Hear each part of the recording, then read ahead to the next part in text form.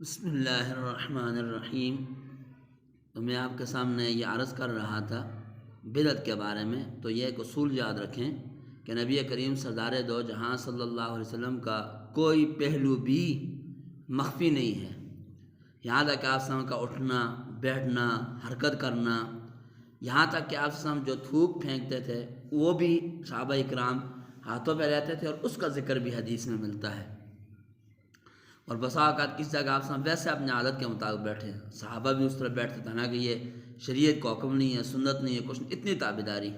تو اب اگلا مسئلہ یہ ہے، اذان ہوتے ہوئے یا اقامت ہوتے یا انگوٹھے چومنے کا حکم۔ تو یاد رکھیں نبی کریم سردار دو جہاں سے مدینہ منورہ تشریف لے گئے، وہاں اذانیں ہوتی رہیں۔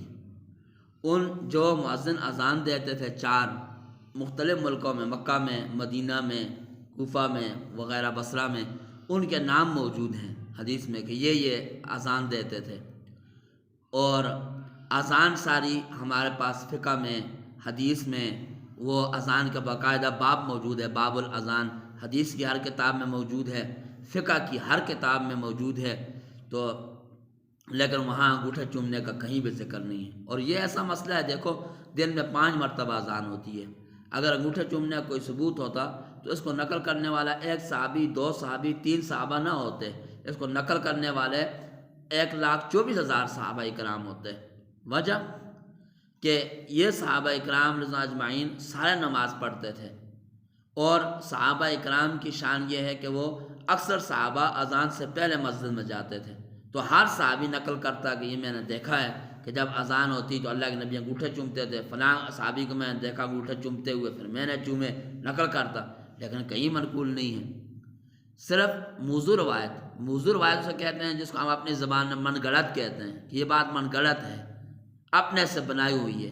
اس کے اندر آتا ہے ملا علی قاری رحمہ اللہ نے نقل کیا ہے حضرت صدیق اکبر حضرت سے، اور علامہ جلال السیوطی رحمہ اللہ نقل کر کہا ہے کہ یہ موضوع روایت ہے۔ حدیث ضعیف ہو، ضعیف، اس پہ عمل کرنا جائز ہے 3 شرطوں کے ساتھ۔ تو ایک یہ ہے کہ وہ انتہائی زیادہ ضعیف نہ ہو، یعنی من گڑت نہ ہو، عام قاعدے کے تحت وہ حدیث آتی ہو، اور اس حدیث کو عمل کرتے وقت نبی کریم صلی اللہ علیہ وسلم نسبت نہ کرے، تو حدیث ضعیف ہے، ان 3 شرطوں سے عمل کرنا جائز ہے۔ لیکن جو موضوع روایت ہوتی ہے اس پہ بالکل عمل کرنا جائز نہیں، کیونکہ موضوع کا معنی ہے من گڑت، اپنے سے بنائی ہوئی بات۔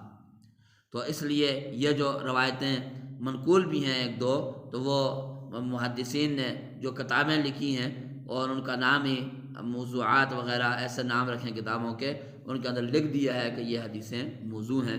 تو اس لیے یہ اذان ہو، باقاعدہ نبی اکرم صلی اللہ علیہ وسلم کا نام آئے، تو اذان کے اندر اشہد ان محمد رسول اللہ ہی کہنا ہے، کیونکہ حدیث میں آتا ہے جس طرح مؤذن کہتا ہے اسی طرح تم کہو۔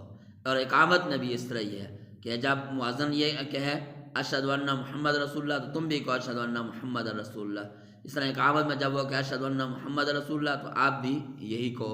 یہ ہر چیز کا ایک طریقہ کار ہے۔ اور اس کے علاوہ عام حالات میں جب بھی نبی کریم صلی اللہ علیہ وسلم نام آئے تو صلی اللہ علیہ وسلم پڑھ لینا چاہیے۔ اللہ پاک ہم سب کو عمل کرنے کی توفیق عطا فرمائے، اللہ سمجھ عطا فرمائے۔